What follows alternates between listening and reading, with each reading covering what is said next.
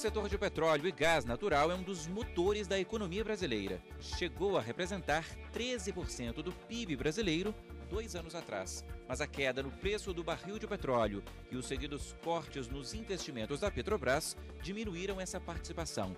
Assim mesmo, a indústria do petróleo é vital para a economia do país.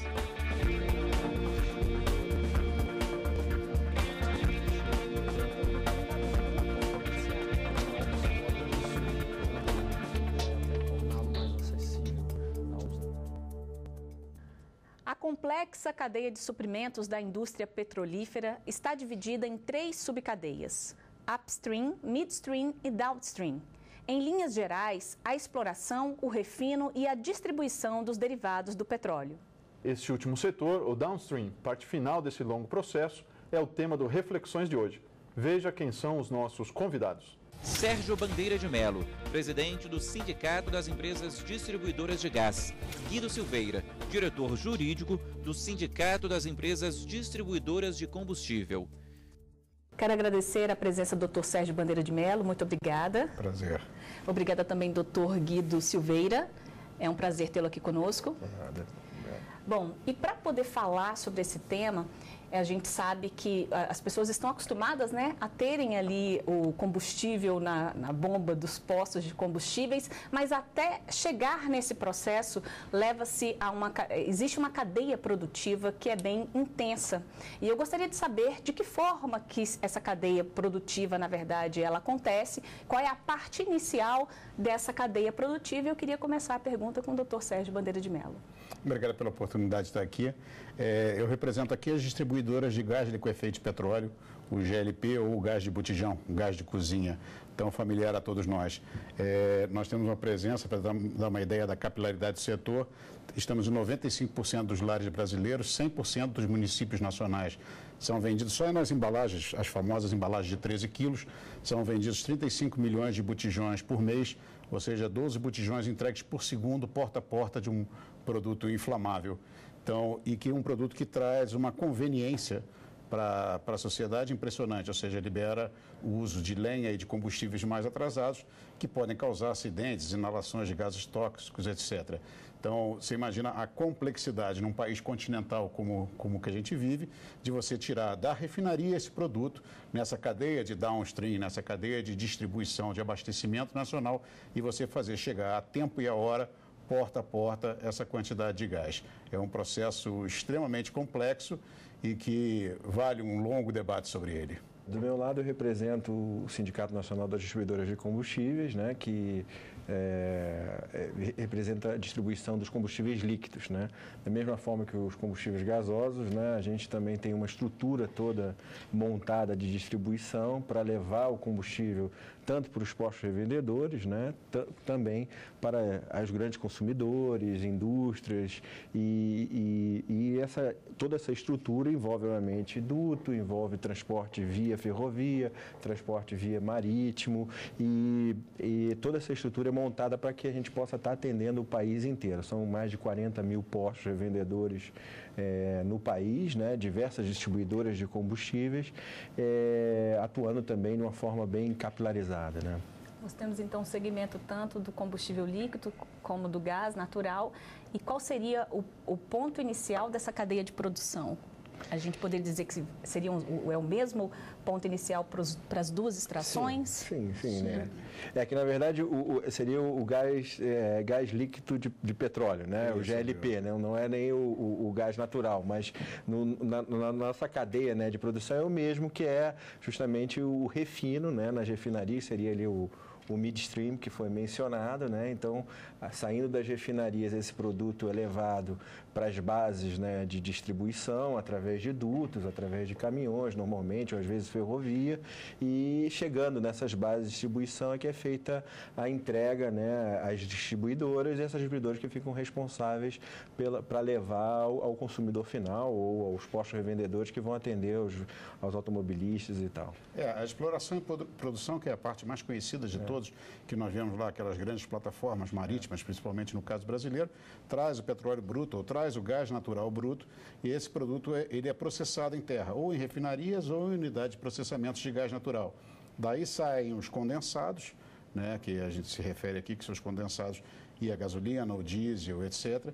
E esses produtos, eles são todos separados, levados até as distribuidoras, e as distribuidoras, através de uma complexa rede de revenda, de parceiros comerciais de revenda, faz com que chegue a todos os cantos do país os produtos de forma competitiva, né? Um setor, o Dr. Guido citou mais de 40 mil postos de combustível no Brasil. No caso do gás liquefeito de petróleo, nós temos mais de 70 mil pontos de venda de gás liquefeito, de gás de botijão, espalhados em todo o Brasil, para poder fazer exatamente cumprir com essa capilaridade. Então, tudo começa no midstream, a partir da refinaria, a partir das unidades de processamento de gás natural, é que você consegue fazer essa enorme cadeia de abastecimento nacional.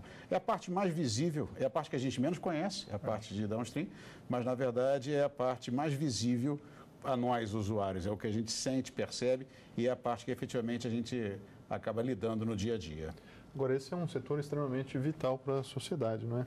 Dos dois lados, tanto por questões de levar às casas, não é, o gás que vai ser utilizado até para as coisas mais básicas da vida, como também a questão do transporte, né, usar os combustíveis para fins de locomoção de todos, da sociedade ou individualmente que seja.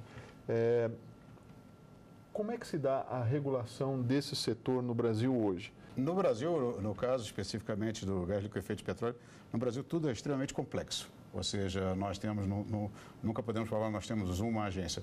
Nós temos uma infinidade de agências, nós temos uma infinidade de legislações, nós temos concorrências de legislações municipais, estaduais, federais, tributárias, ou seja, as famosas guerras tributárias que fazem com que a logística muitas vezes se torne irracional.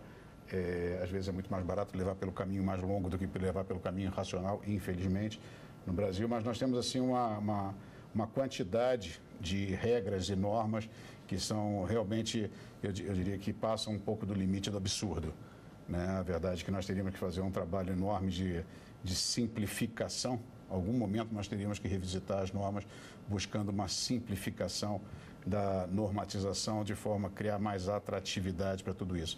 A agência principal que rege o nosso setor é a Agência Nacional do Petróleo. É uma agência que vem fazendo um excelente trabalho em termos de regulamentação do setor. A questão sobre o excesso normativo está mais ligada à legislação, não é, dos diversos entes federativos, do que propriamente a regulação que vem da Agência Nacional do Petróleo? A regulação da Agência Nacional do Petróleo merece uma revisitação. Também, mas o mais importante, efetivamente, quando eu falo de excesso de regulação, eu diria que é principalmente a concorrência das legislações municipais, estaduais e federais e, especialmente, não é privilégio do nosso setor, a parte tributária. A parte tributária realmente é de uma complexidade enorme. A única certeza que nós temos todo dia é que nós estamos pagando o imposto de forma errada e que vamos pagar 2 vezes. Isso a gente não tem a menor dúvida. Então, mas, de qualquer forma, a Agência Nacional do Petróleo vem fazendo um excelente trabalho, tentando levar na parte do gás liquefeito de petróleo, trazer ao Brasil as melhores práticas internacionais em termos regulatórios. Agora, o que a gente vê com alguma preocupação, e aí fica uma provocação para discutirmos mais à frente, é a necessidade de que os atos das agências, como também da Agência Nacional do Petróleo, sejam mais justificados em bases microeconômicas, ou seja, o que eu falo de microeconômica? Efetivamente, que os atos não sejam simplesmente uma discussão sobre como seria melhor, mas sim uma comprovação de que existe um trade-off, que existe uma vantagem para a sociedade cada um daqueles atos. Só isso seria um modelo de simplificação impressionante. Uma das coisas que a gente sente, principalmente tirando a questão da agência, é a influência tributária, principalmente nos produtos líquidos, né? Quer dizer, a gente tem uma carga tributária altíssima em que qualquer variação nesse recolhimento de impostos causa um grande desequilíbrio no setor, do ponto de vista concorrencial, e pode levar uma empresa a ter que fechar as portas e pode levar realmente a fazer fortunas gigantescas para empresas que eventualmente não venham a recolher corretamente seus impostos. Acho que um aspecto interessante desse setor é que ele sofre uma regulamentação bastante severa. Sem dúvida. Não é? Apesar de estarmos falando de livre iniciativa e livre concorrência 100%. Só que por questões até intuitivas, né, porque envolve a necessidade de se levar ao país inteiro, como já foi colocado aqui, né, esses produtos, quer dizer, a questão do abastecimento nacional, que inclusive aparece na legislação, é um dos objetivos, inclusive, das agências, né, que eles devem preservar o abastecimento nacional. Talvez este e outros aspectos façam com que justamente haja uma regulação muito grande, né, muito estrita. Mas ela acaba, então, na visão aqui dos senhores, acaba sendo excessiva de um lado e de outro lado, acaba não correspondendo muitas vezes à realidade, né? Quer dizer, são boas intenções, às vezes, é isso, mas que não necessariamente têm um suporte na realidade, não vão trazer um benefício significativo ou minimamente significativo em termos sociais, que é o que todos desejam. Desse ponto de vista. Na verdade, tem uma situação curiosa, esse ponto que você está colocando. Nós prestamos um serviço de utilidade pública. Então, existe uma tendência natural ao legislador ou à agência reguladora, e não me refiro aqui somente à Agência Nacional do Petróleo, a uma visão de que nós somos um serviço concessionário. Não somos um serviço concessionário, somos um serviço de iniciativa privada autorizativo. Então, primeira coisa que se necessita de menos intervenção, porque nós competimos uns entre os outros. Claro. E essa competição faz com que essa diferenciação, essa busca de diferenciação, faça com que os níveis de serviços prestados à sociedade se elevem. Mas a tentação de intervir é muito grande. É muito grande, as pessoas acordam diante de um determinado problema e dizem, tem uma solução. Vou ampliar o rigor de determinada norma para que isso não se repita. A gente não tem nada contra isso, desde que efetivamente se comprove que essa ação ela se justifica no tempo, se justifica no espaço e ela não é uma ação inibidora do investimento privado, porque, volto a dizer, não é um serviço concedido, mas sim um serviço autorizado e que ele já vai se delimitar através da concorrência entre as marcas que atuam no mercado. A gente vai para um breve intervalo e volta num instante para falar mais sobre o setor downstream do petróleo. Até já!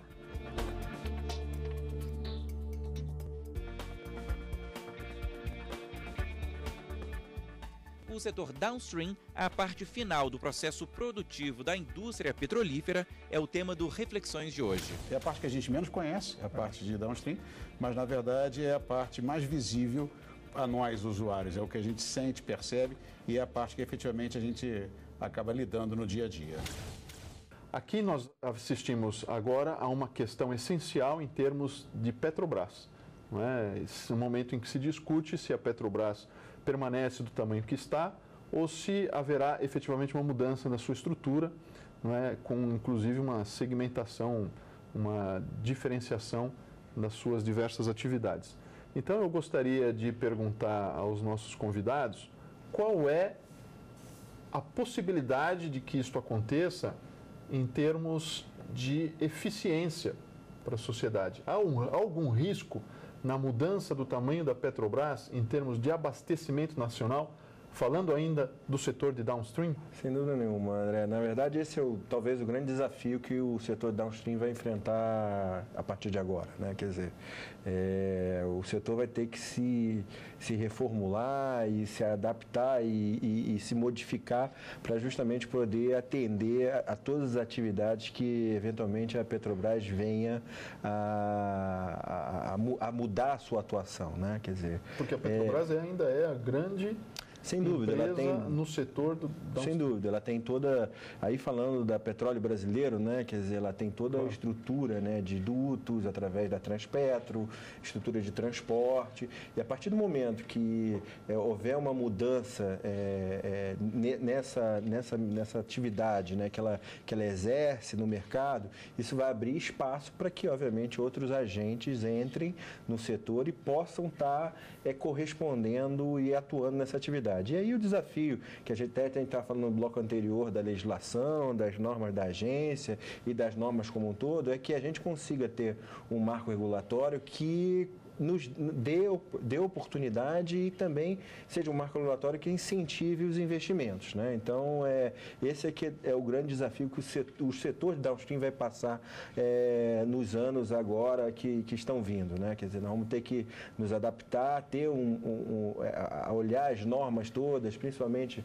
as normas da agência, as normas tributárias que influenciam tanto na nossa atividade, para que elas estejam adequadas e que possam incentivar o investimento, né? Isso é que é o desafio de hoje. O desafio inicial, na verdade, vai ser para o próprio Estado montar um desenho normativo, né? Que seja compatível com as necessidades nacionais e com os objetivos nacionais também, e que promova incentivo necessário para que o setor seja alavancado do ponto de vista privado. O ponto principal é que a gente tem que imaginar, né? Quando a gente fala um redesenho do papel da Petrobras no sistema de abastecimento nacional. Então, você tem um grande duto de abastecimento nacional, que a Petrobras tem um papel primordial hoje. No momento que você diz, a Petrobras pode desocupar parte desse papel que ela hoje joga no abastecimento nacional. Por que ela vai desocupar? Ela vai desocupar porque faltam recursos públicos. Então, você tem que trazer recursos privados para isso. E aí entra um pouco na linha do que o Dr. Guido estava falando. Ou seja, como você traz recursos privados?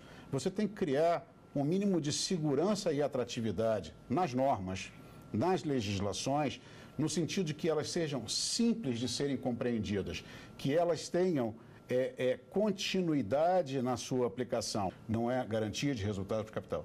É que elas sejam atrativas no sentido de que elas sejam contínuas, seguras, que sejam seguras. Você saiba o que você vai enfrentar hoje e daqui a 3 anos. Que é o mínimo, né, no setor privado, quando se fala de iniciativa por parte de infraestrutura econômicos privados.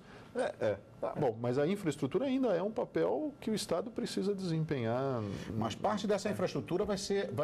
o que se anuncia hoje, nós não temos certeza, mas o que se anuncia hoje é que a Petrobras, provavelmente, pela necessidade de geração de caixa, de enfrentar o seu endividamento, ela talvez tenha que se desfazer de parte da sua infraestrutura e deixar de fazer investimentos na infraestrutura necessária ao crescimento futuro. Então, essa parte dessa infraestrutura vai ser ocupada por capital privado. Aí eu lhe pergunto, estão as normas, estão as legislações preparadas para atrair o capital para investimentos de infraestrutura? Lembrando que infraestrutura não é uma loja de balas.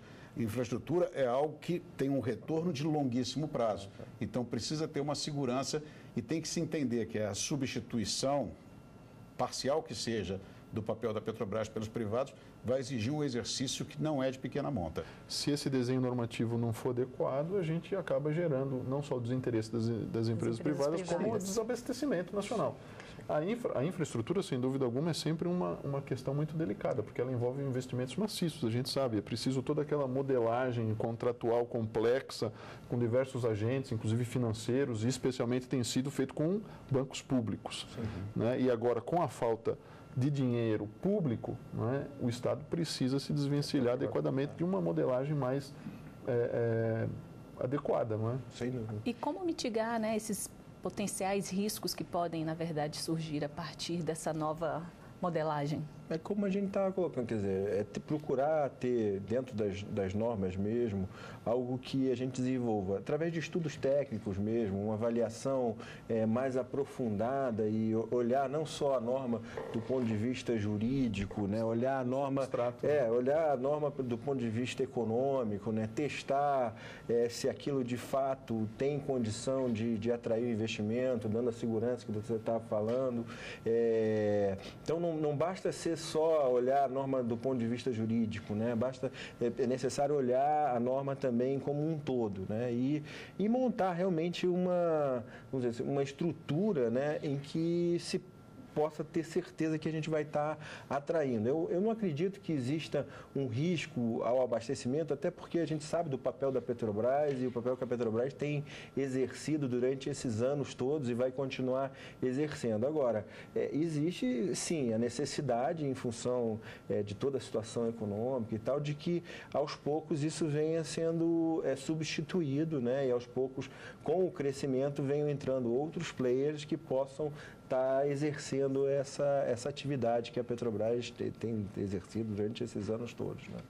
Agora, ao se fatiar, não é, a atividade que tinha uma única central de pensamento, se isso é feito sem nenhuma outra providência, o risco é elevado. Na verdade, eu acho que tem um papel, até quando o professor colocou a ideia de que o Estado tem um exercício primeiro a fazer, eu acho que tem um papel muito forte dos privados, ou seja, cabe a nós trazer uma agenda, ou não simplesmente ficar sentado esperando que fiquem prontos os marcos regulatórios e que prontos marcos regulatórios nós sentemos e fiquemos criticando, poderiam ser melhor aqui ou poderia ser pior ali. Eu acho que cabe sim ao Estado, através dos vários organismos que existem, apresentar os cenários possíveis e dentro desse cenário se estudar uma matriz e o setor privado se antecipar, trazendo soluções regulatórias, soluções de funcionamento, né? Não para serem adotadas, mas para que sejam observadas do ponto de vista do Estado, das políticas de Estado, políticas de governo, para que venham a ser ou não adotadas. Porque, como você disse, substituir um único agente tão colado ao Estado, por uma infinidade de novos agentes que não vão ter esse mesmo canal de comunicação, a questão de, usando seus lubrificantes, Guido, essas engrenagens precisam ser muito bem lubrificadas, Mas eu acho que a gente tem uma grande oportunidade nas mãos de, independente do papel, ou seja, eu brinco, a gente não sabe se a Petrobras será PM ou G no downstream, né? A gente não sabe o tamanho e a relevância que ela vai ter. Mas, independente disso, eu acho que existe uma enorme oportunidade de mergulhar e se revisitar quanto que as regras e normas atuais atraem capital privado no setor de infraestrutura dessa área. E aí, a partir dos elementos técnicos, a partir de elementos econômicos, a partir de uma estratégia, de uma vivência que as empresas privadas têm e que, evidentemente, por questões de natureza, a Petrobras e as suas subsidiárias não têm, né? Porque elas estão acostumadas a uma modelagem que se estabeleceu como vamos dizer assim, essa proximidade é um costume. Uma extensão. É uma extensão. Uma extensão do Estado, de um conforto. Isso faz com que elas não tenham uma visão do setor do ponto de vista econômico. Né? Muitas vezes isso pode vir a atrapalhar, sem dúvida nenhuma. Né? Mas acho que se a gente partir desse princípio de que a gente vai montar um arcabouço todo, não só do ponto de vista mas do ponto de vista econômico também, esse é o ponto de partida. Com a ajuda das empresas mesmo, como o senhor está começando. O papel das empresas, das entidades, também pensar como vai ser daqui para frente, né? E montar uma estrutura que a gente possa estar auxiliando. Né? Existe uma obrigação de se antecipar, ou seja, não podemos ficar sentado esperando que as coisas aconteçam numa turbulência como a gente vive no Estado brasileiro e esperar que o Estado brasileiro possa sozinho encontrar essas soluções. O setor privado ele tem que participar do processo decisório trazendo as melhores sugestões possíveis. Acho que serão acatadas, é questão de muito debate. Quando nós falamos sobre o papel da Petrobras nessa questão do abastecimento, quais são os primeiros pontos que se abrem a partir desse papel da Petrobras, doutor Guido?